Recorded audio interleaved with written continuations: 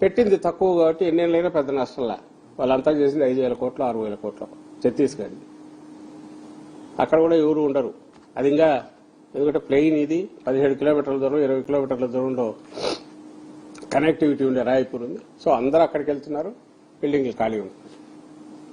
Chandigarh natural గా 2 states capital అయి ఇన్నేళ్లు పట్టింది దానికి ఓ డెవలప్మెంట్. 70, 80, 1980s వచ్చి ఎప్పుడో 50s నుంచి పడితే 80s, 90s దానికి కాలే. అంతేందుకు హైదరాబాద్ రింగ్ రోడ్డు ఈ రోజు కూడా ఔటర్ రింగ్ రోడ్డు ఎక్కడ ఎయిర్పోర్ట్ వరకు ట్రాఫిక్ ఫుల్ ఉంటుంది, చోక్ అవుతుంది. ఇన్నేళ్లు పట్టింది. ఎప్పుడు 2008 ఎయిర్పోర్ట్ వచ్చింది, అప్పుడే రింగ్ రోడ్డు కూడా అయింది. ఇంకా అటువైపు వెనక్కు పోతే ఫైనాన్షియల్ డిస్ట్రిక్ట్ దాటినా తగ్గుతా పటాన్చేరి దాటినాక రోడ్లన్నీ ఫ్రీగా ఉంటాయి. ఎందుకు? డెవలప్మెంట్ దట్ టేక్స్ టైం పడుతుంది కాబట్టి. నువ్వు అట్లా వదలగలిగితే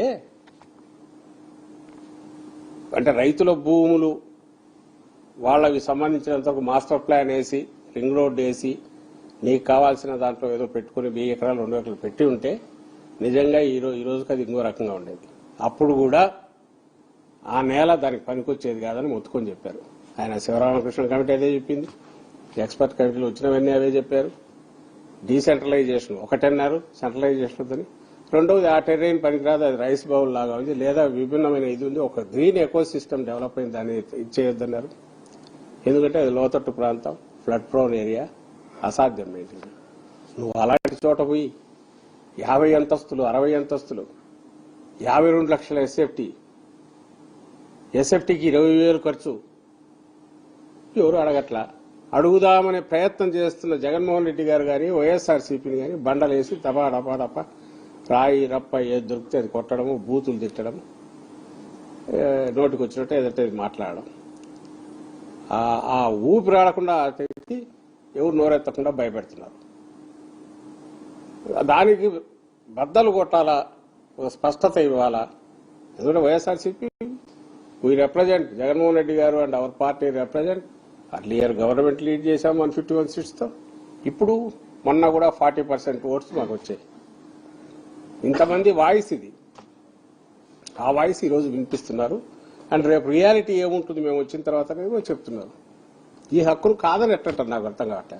ఈచ్ ఇండివిజువల్కే ప్రజాస్వామ్యంలో హక్కు ఉందన్నప్పుడు 50% ఓట్స్తో పవర్లోకి వచ్చి 5 ఏళ్లు బ్రహ్మాండమైన పాలన అందించి ప్రియారిటీస్ ఇవేని స్పష్టంగా 1, 2, 3, 4 పెట్టి దేశంలోనే అద్భుతమైన ఆదర్శప్రాయమైన పాలన ఇచ్చిన పార్టీకి, ఆ పార్టీ నాయకుడు అధ్యక్షుడు జగన్మోహన్ రెడ్డి గారికి, ఆయన కాకపోతే ఇంకెవరికి హక్కు ఉంటుంది దీన్ని క్వశ్చన్ చేసేది?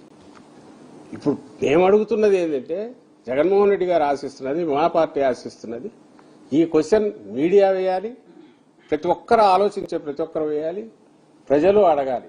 ఏందా నువ్వు ఎక్కడ పెడతావు? చిన్న మామూలు రైతు, వ్యవసాయం చేసే రైతు ఒక 50,000 లక్షలు పెట్టుబడి పెట్టాలంటే ఎట్లొస్తుంది, రిటర్న్ ఏమొస్తుంది, ఎంత వస్తుంది, అప్పు ఎంత మిగులుతుంది, దానికి వడ్డీ ఎట్లా?